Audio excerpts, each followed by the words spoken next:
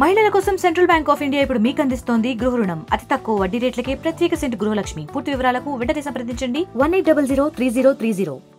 అయితే పిఆర్పి టైంలో కొన్నాము, ఒడిదుడుకులు ఎదుర్కొన్నాము. కాకపోతే నెగిటివ్గా వచ్చింది మళ్ళీ మాకు.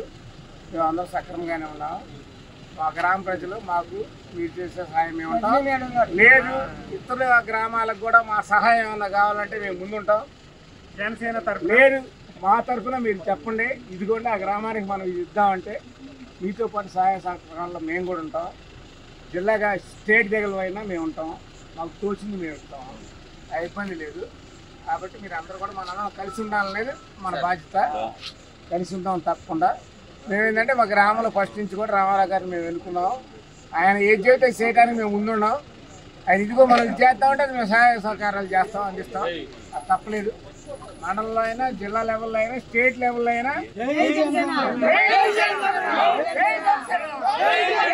హరిశ్చంద్రపురం గ్రామానికి వరద ముంపుకు గురైన పశువులకి అమలాపురం నుంచి గ్రాసం తీసుకొచ్చి ఇక్కడ పంచి, మన జనసేన పవన్ కళ్యాణ్ అంటే మాకు కూడా గుండెల్లో పెట్టుకున్నాము. అతను కూడా మన పార్టీ క్యాడర్ కానీ, తెలుగుదేశం క్యాడర్ కానీ, జనసేన క్యాడర్ కానీ మళ్ళీ ఇంకొక పిరుడు ఇలానే సహాయ సహకారాలు అందించుకుంటా ఇంకో పిరుడు, ఈ పిరుడు కాకుండా పిరుడు కూడా చక్కగా ముందుకు పోవాలని కోరుకుంటూ, రేపు భవిష్యత్తులో ఏదన్నా విపత్తు బయట వచ్చినా మా గ్రామం తరపు నుంచి కూడా మళ్ళీ మీకు సహాయ సహకారాలు అందించడానికి మేము ముందు వరుసలో ఉంటామని తెలియజేస్తాం. నియోజకవర్గం 43వ డివిజన్లో గత 7 రోజుల నుంచి ఉన్నటువంటి వరద ముప్పు ప్రాంతాల్లో ప్రజలకు అన్ని వసతులు వస్తున్నాయి. కానీ ఇక్కడ ఉన్నటువంటి మూగజీవులకి, పశువులకి ఎటువంటి ఆహారం లేక ఇబ్బంది పడుతున్నటువంటి సమయంలో అమలాపురానికి చెందినటువంటి జన సైనికులు, జనసేన నాయకులు ఈ విషయాన్ని తెలుసుకొని 250 కిలోమీటర్ల దూరం నుండి